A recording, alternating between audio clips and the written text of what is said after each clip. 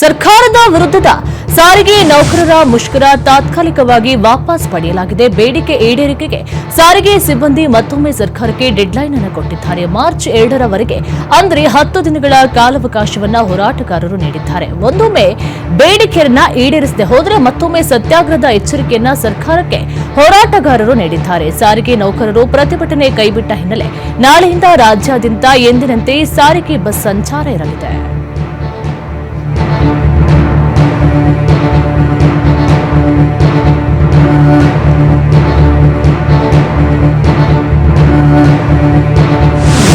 ಸಾರಿಗೆ ನೌಕರರ ಪ್ರತಿಭಟನೆಯನ್ನ ತಾತ್ಕಾಲಿಕವಾಗಿ ಹಿಂಪಡೆದ ಜಂಟಿ ಕ್ರಿಯಾ ಸಮಿತಿ ಅಧ್ಯಕ್ಷ ವಿಜಯ್ ಭಾಸ್ಕರ್ ನಿರ್ಧಾರಕ್ಕೆ ಭಾರಿ ಆಕ್ಷೇಪವೇ ವ್ಯಕ್ತವಾಯಿತು.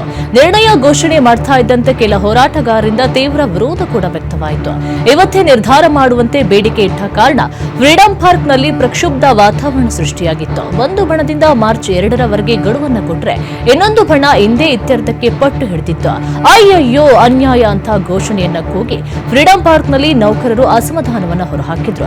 ಪ್ರತಿಭಟನಾ ಸ್ಥಳದಲ್ಲಿ ಭಾರೀ ಹೈಡ್ರಾಮವೇ ನಡೆದಿದ್ದು, ಸ್ಥಳದಲ್ಲಿ ತಳ್ಳಾಟ ನೂಕಾಟ ಕಂಡುಬಂತು.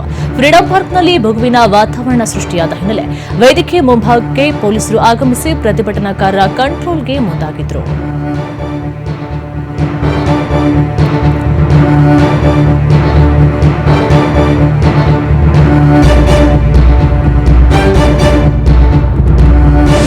ಸಾರಿಗೆ ನೌಕರರ ನ್ಯಾಯಯುತ ಬೇಡಿಕೆಯನ್ನು ಈಗಾಗಲೇ ಸರ್ಕಾರ ಈಡೇರಿಸಬೇಕಾಗಿತ್ತು. ಇದು ಸರ್ಕಾರದ ವೈಫಲ್ಯ ಅಂತ ವಿಪಕ್ಷ ನಾಯಕ ಅಶೋಕ್ ವಾಗ್ದಾಳಿಯನ್ನು ನಡೆಸಿದ್ರು. ಬೆಂಗಳೂರಿನಲ್ಲಿ ಮಾತನಾಡಿದ ಅವರು, ರಾಮಲಿಂಗಾರೆಡ್ಡಿ ಹಿಂದೆ ನಮ್ಮ ಸರ್ಕಾರದಲ್ಲಿ ಬ್ಯಾಲೆನ್ಸ್ ಬಿಟ್ಟು ಹೋಗಿದ್ದೇವೆ ಅಂತ ಹೇಳಿದ್ದಾರೆ.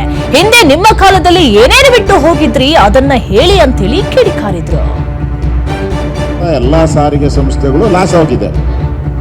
ದೇಶದಲ್ಲಿರುವಂತ ಎಲ್ಲಾ ಸಾರಿಗೆ ಸಂಸ್ಥೆಗಳು ಲಾಸ್ ಆಗಿದೆ. ಯಾಕಂದ್ರೆ ಯಾರು ಪ್ರಯಾಣಿಕರನ್ನೇ ರಿಸ್ಟ್ರಿಕ್ಷನ್ ಮಾಡಿತ್ತು, ಸರ್ಕಾರನೇ ಪ್ರಯಾಣ ಮಾಡಬಾರ್ದು ಅಂತ ರಿಸ್ಟ್ರಿಕ್ಷನ್ ಮಾಡಿತ್ತು.